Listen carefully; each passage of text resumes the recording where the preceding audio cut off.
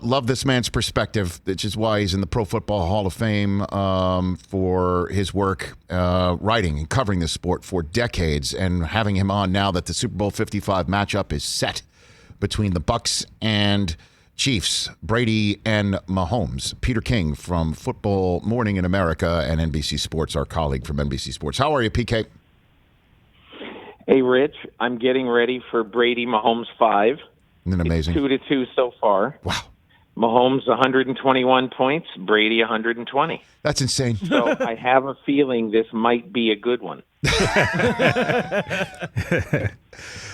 I still can't. It's still, Brady's numbers are ridiculous. I mean, it looks like a typo anytime I read it in, say, your column or on a topic bar, as we use the phrase, on NFL Game Day Morning. It's insane. There are no numbers, and the conversation is who's the greatest is over. It doesn't matter if Brady wins 2 Sundays from now, Peter. It's over. It's done. Of course, but I think just like I talked to him last night. He was on the bus on the way from Lambeau to Austin Strobel Airport in Green Bay.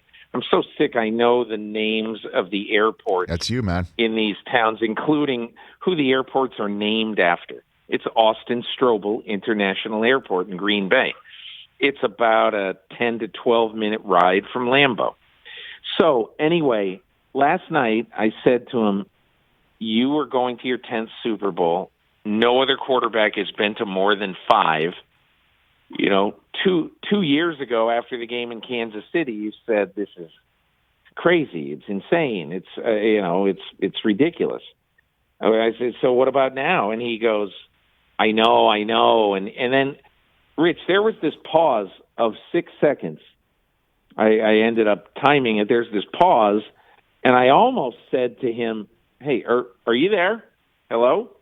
We're here. And it was just, he had no idea what to say. Yes. You know, it was, he could have been Faulkner or Hemingway. I don't know how you put into words what the heck is going on here other than, as I wrote today, I mean, look, as incredible as Michael Jordan was, he went to 6 finals in 15 years. And Gretzky went to 6 Stanley Cup finals in 20 years. This guy's been to 10 Super Bowls in 19 years. I don't know. It's hard to, really is hard to put into words. And then it's the first ever matchup between the quarterbacks who won the 2 previous Super Bowls. We've never seen that in a Super Bowl. That's never happened. Super Bowl 55 will be the winners of Super Bowl 53 versus the winner of Super Bowl 54. We've never seen anything like that. We've never seen a quarterback take the field in his home stadium for a Super Bowl. And we've never seen a Chief quarterback play like Mahomes. You could make a case that, obviously Brady won back-to-back Super Bowls in years 4 and 5 when he was in the NFL after pretty much sitting his first year too. Mahomes is kind of the only guy who could ever catch Brady, and he's got the coach who's not going anywhere. There's that too. That Brady could kind of derail this in a way. Somebody wrote me an email this weekend and said, hey, you say we're never going to see that again in our lifetimes, when I said that Brady in 14 conference championship games, I don't think we'll ever see it. And my point to him was, okay, I mean, certainly Patrick Mahomes is off to a fantastic start. Okay. Now all he has to do is get to 11 of them in the next 15 years. And you know what? He might. I'm not saying that it can't happen. I'm saying that I do not think we're ever going to see this again. And as great as I think Mahomes is, and Rich, you know what? His full personality was absolutely totally, and the way he is as a person was absolutely totally on display in that call with you, about his nickname, because he is a guy. It's like Tyrann Mathieu said to me last night. He's the ultimate perfect leader for a team. It is never about him. He's a little bit uncomfortable now. He doesn't want to say, hey, Rich, I hate that nickname. It stinks. So he just says, I don't really want a nickname. And so what? And again, I am not saying these two things are similar. You know what impressed me the most about the Chiefs yesterday? The absolute most. And obviously, we take for granted the greatness of Tyreek Hill and Kelsey and Mahomes. But I'll tell you what really impressed me the most. Okay? McCole Hardman muffs that punt and hands Buffalo a 9-0 lead. And you're thinking, man, this might be a game, and Buffalo might be able to do this. And then what happens on the next long drive by the Chiefs? Second play of the drive, first down conversion pass, Mahomes to Hardman. Mm-hmm. And then the last play of the drive, a touchdown pass from Mahomes to Hardman. And I just kept thinking to myself, don't you want your leader, your great guy? There's a lot of guys who are going to go up to Hardman on the bench and say, hey, don't worry about it, man. Don't worry. And you saw it. TV showed. Dave Tobe, the special teams coach, and Andy Reid went up to him. A bunch of players went up to him. Mahomes put some action behind his words.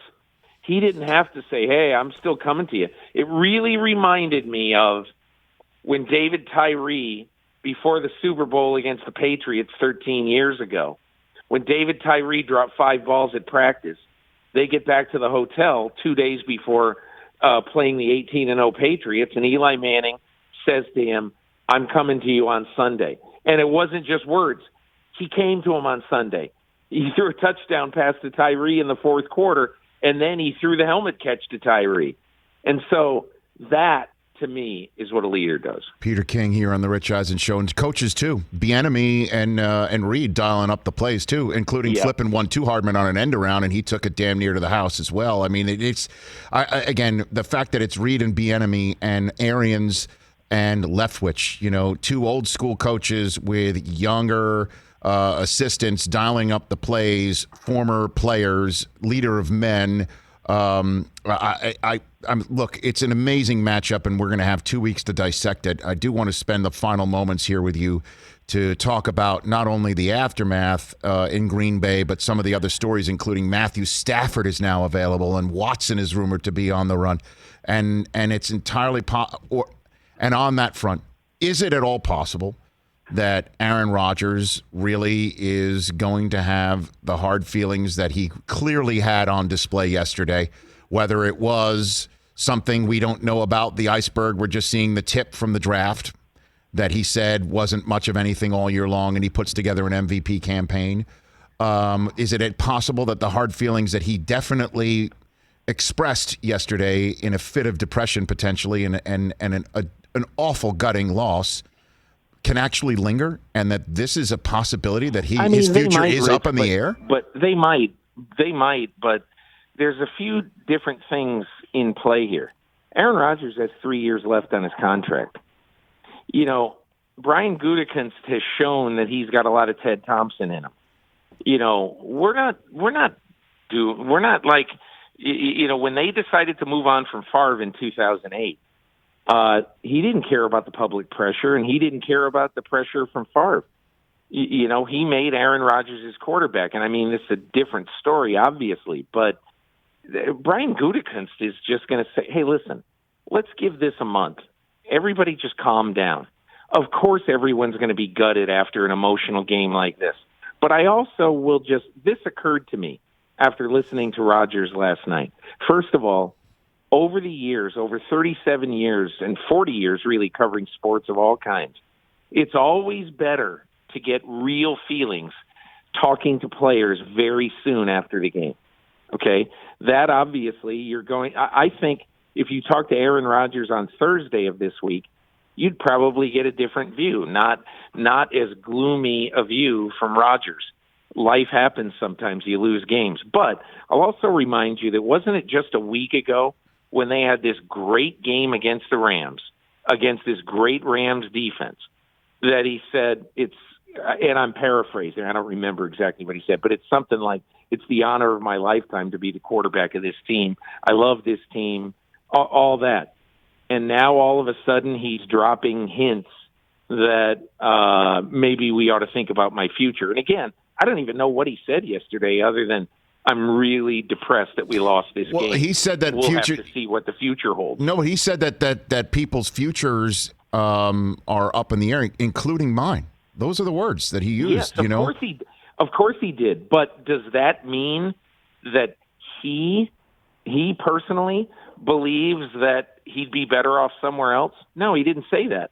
I mean, I think the proverbial we on people's futures are up in the air, including me. Of course he's going to say that. He's whatever he is, 38 years old. Who knows how much, 38 this year, I think. Right. Who knows how much longer he's going to play. But all I can say is this. He just had an MVP season. He's going to win the MVP. Why the Packers would think of trading him now? Maybe he pulls I want out and I'm not going to play in like Carson Palmer. Maybe he pulls that. I don't know. He could do whatever he wants. But it sure seems like life changed with one loss in 1 week. And I would also say this, Rich. Aaron Rodgers was not faultless on that last drive at all. On 3rd and goal from the 8, he should have run the ball into the end zone and a 2-point conversion ties and whatever. I mean, look at the throw he made to Davante Adams at the goal line on that play. Look at it. Watch it. How in the world do you make that throw? Well, it's a scrum of people, and he throws a ground ball at Davante Adams when he's got a wide-open pasture in front of him. Would he absolutely have made it? I don't know. But he's got a heck of a lot better chance of running that ball in than in trying to laser a throw into the ground to Davante Adams. Well, let's discuss this a little bit. Peter King here on the Rich Eisen Show. Of course, there's blame to go around everywhere. That 2 Brady picks were turned into 0 points. You can't. I mean, you keep allowing Brady an opportunity to beat you. He will, certainly when he's playing at such a high level like this, which makes it all the more bizarre that you would hand the ball off to him with a 5-point lead, hoping to get it back. That you hope that you would get one more shot from the 8-yard line thanks to your defense. That's the decision that ultimately Matt LaFleur made. I will make a decision to get my defense to give my guy the ball back rather than put it in the hands of my MVP. And I think that's why Rodgers was potentially very angry at the end of the game, because it's writ large that here I am back in the NFC. Hold on a second. Here I am back in the NFC Championship game, Peter, and we lose again. And you drafted my replacement instead of somebody that could have helped me in a game like this. And one last thing, and I think and I'm going to talk about this later as well. Get into it. I think his fit of pique with his coach was obvious when he said, the reason why I didn't run it and threw it to Davante Adams is because I thought I had one more down left, when running it would have been the indication that he thought he had another down left, because wouldn't you rather, if you're stopped on 4th and 2, get those 6 yards with your legs that you clearly could get? Clearly, him saying, I thought I had another down left, which is why I throw it, is throwing his coach a little wee bit under the 12 bus right there. And I think his coach deserved it. I'm not saying it was unwarranted, but I think that's how I interpreted Rodgers' comments yesterday. If he thought he had another down, he should have run it. I agree. I'm not arguing with you about. I'm sorry. This is my New York way of raising my voice. That's he should have. Aaron Rodgers should have had another down. It is totally fruitless to kick a field goal. You still need a touchdown. Unbelievable. Why are you kicking a field goal? It's a dumb call by Matt LaFleur. Okay, but be that as it may, Aaron Rodgers is not faultless on the last drive of the game. On 3rd down, wouldn't you? If you thought you had 4 downs, you'd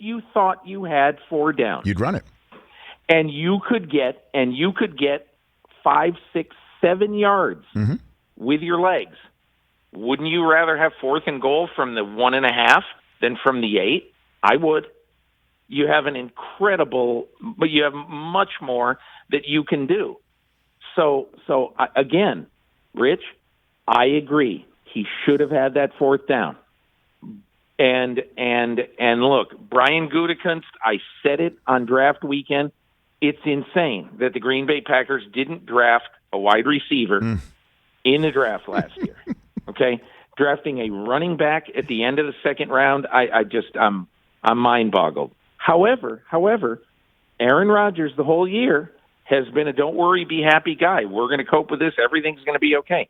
It's like one series of downs made all the happy stuff that he talked about all through the offseason, it seems to me, made all that really question whether he really is Mr. Zen.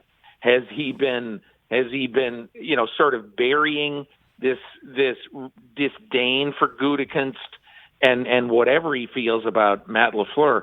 I don't know why in the world you'd be upset about a guy who, going into Sunday's game, had you 28-7 over the last 35 games when you were 15-19-1 over the previous 35. I mean, Matt LaFleur's been a pretty great coach for that team. But again, this is the way I feel about events like this. Everybody needs to calm down. And everybody needs to get away. It's just like what he said. I think he's absolutely right. I just need to get away and clear my head, as everyone does. You can't make a decision about the 2021 football season and who is your quarterback with the guy who's got 3 years left on his contract on Monday, January 25th. It makes no sense. Anyway. Couple minutes left here with Peter King. So I got about 2 minutes here, Peter. Stafford, what's the market for him? And is Deshaun Watson going anywhere? Everything you hear is that he wants to go here, wants to go there, but he doesn't he doesn't demand a trade, even though whoever they hire doesn't matter to him. I mean, there's reports all over the map here on Watson. It's like I wrote in my column today, Rich. It is beyond any reasonable expectation that and I don't think Josh McCown is getting this job. Don't get me wrong. I think they might hire him as a quarterback coach or maybe even offensive coordinator, but they know they can't hire Josh McCown. But if Josh McCown anyway did get hired, you know that he would not take this job without assurance that Watson was going to be his quarterback. And why do you think – I mean, this is exactly why I think that you don't make decisions 3 months before the draft. It's now 3 months and 4 days before the draft. You just don't make decisions.